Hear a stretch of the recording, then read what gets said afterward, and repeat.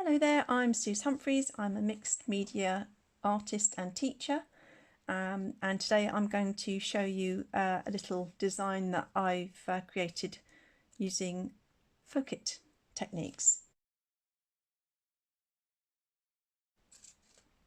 So these are the cards that I've made using a sort of tulip design, and the little flowers here are almost like daisies or just sort of springtime flowers. So I'll show you how I made these cards. I took the first design and once I was happy with the shape and the size of it and knew it was going to fit in the size of the card that I needed, I then took some tracing paper and took a very basic tracing of the position of the tulips, because the rest of it is pretty much freestyle. And once you've got that design, you can then take some transfer paper, something like this. This is a white one because I'm going to be going on to black card. So when you take your transfer paper, there's a dull side and a shiny side. And you put the shiny side down. But first of all, you need to position your design. So once you've got your design where you want it, you can tape it down so that it doesn't move, but for such a small area, I just hold it, pop the transfer paper underneath, and then using the small end of my dotting tool, I would just trace over that design and keep checking. And once I'm happy that I've got the position, it doesn't have to be an exact replica, but I roughly know where things are going to be. And then I can start on the design. So the colours that I've used for this are here. I've used DecoArt Americana paints because I love the consistency of these, and this is what the Focit girls always recommend. And the reason for that is they have a lovely consistency. They hold their shape for these dotting techniques, blend really well, but they also dry pretty quickly too.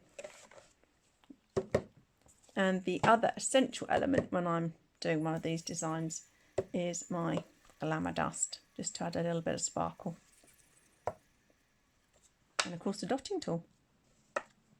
Now the only other thing that you need is something to pop your paints onto. I am using a wet palette, which is basically just a plastic dish which is designed to have a wet sponge in, covered with some paper, which allows the moisture to come through but not wet the paint. And you can pop the lid on this and it keeps your paints fresh for quite a few days. You don't have to have that. You can use a paper plate or even a ceramic dish if you're not going to use it for food. Just something that is easy, and you can see the amount of paint I use. I could probably do about 10 cards with this much paint, but just really for convenience, that's how much I want to put out. So when I start the design, I want to start what's going to go in the background first, and that would be the leaves. And for this I would use the small end of the dotting tool, and I would do what is called comma strokes and build up the stems and the leaves, basically just popping some paint on my dotting tool and then dragging the paint up to where I want it to go. Now if I know I've got to do quite a long stem, I might pop a drop of paint in the middle of the stem too, just so that I know I'm going to get the length that I need on the comma stroke. Several ways that you can do it, but this is such an easy thing to do, and for this background this isn't really going to show, so you can be quite casual about how you do this, as long as you get a sort of a suggestion of a stem and the leaves. Obviously with tulips the leaves are quite long and they tend to stick up a little bit and even curl up sometimes, don't they? So the first thing is to just get all the stems in. I've got 7 flowers and stems here. It's a pretty quick process as well. If I've got enough paint on, then I don't have to keep reloading, but it's a good idea to do that if your paint is dragging or catching on the paper. The other thing that you need is a bit of kitchen towel, and that's so you can wipe off your dotting tool when you need to change colours. So that would be the first stage. Once that's dry, you would then move on to adding the flowers. And I like to start with the yellow, the lightest colour. And I add a generous amount of yellow. Now, if you are a beginner and you haven't done this very often, it's a good idea really just to work on 1 or 2 flowers at a time, because the paint, as I say, does dry fairly quickly. Changing the colour and adding the orange. In fact, I'll drag the yellow out first, and then the orange will blend into that. Because I'm used to working with this, I can do several at a time, because I work fairly quickly. It doesn't take long to get quick at this. And tulips are sort of that, almost like a reverse bulb shape, aren't they? So add in a drop of orange to each one. And then just blend those out.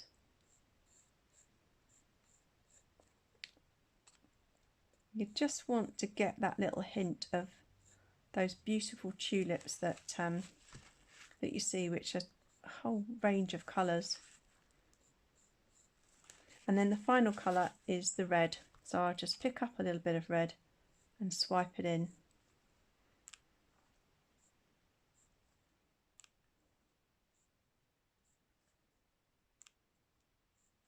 Now that's perfectly fine.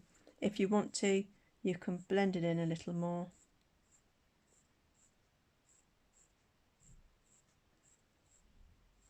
If you want to, you can come back in with a bit of yellow, just from the base.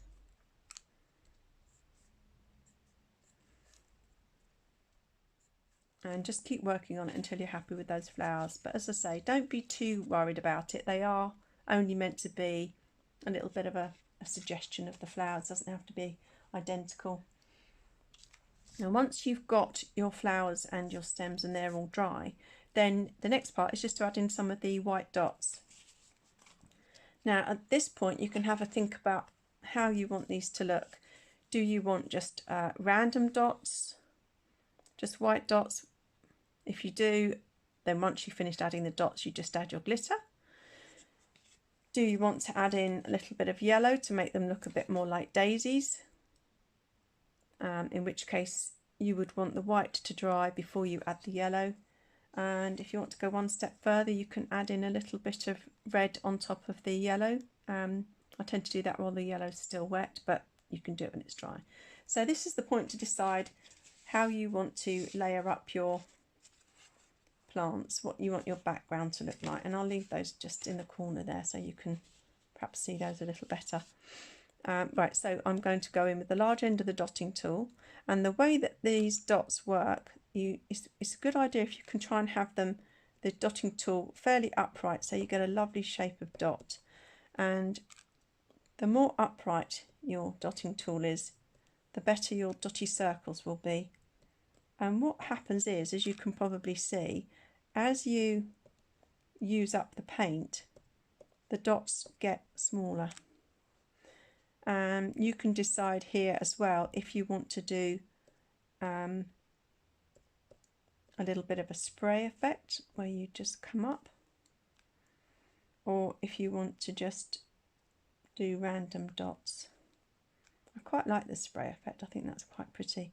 This is also a really good way of hiding out any of those messy stems at the bottom. Now, for the sake of demonstrating, I'm probably doing far too many dots there, so I'm going to switch to the small end of the dotting tool just so I can do some smaller ones. This is how you would do the sprays.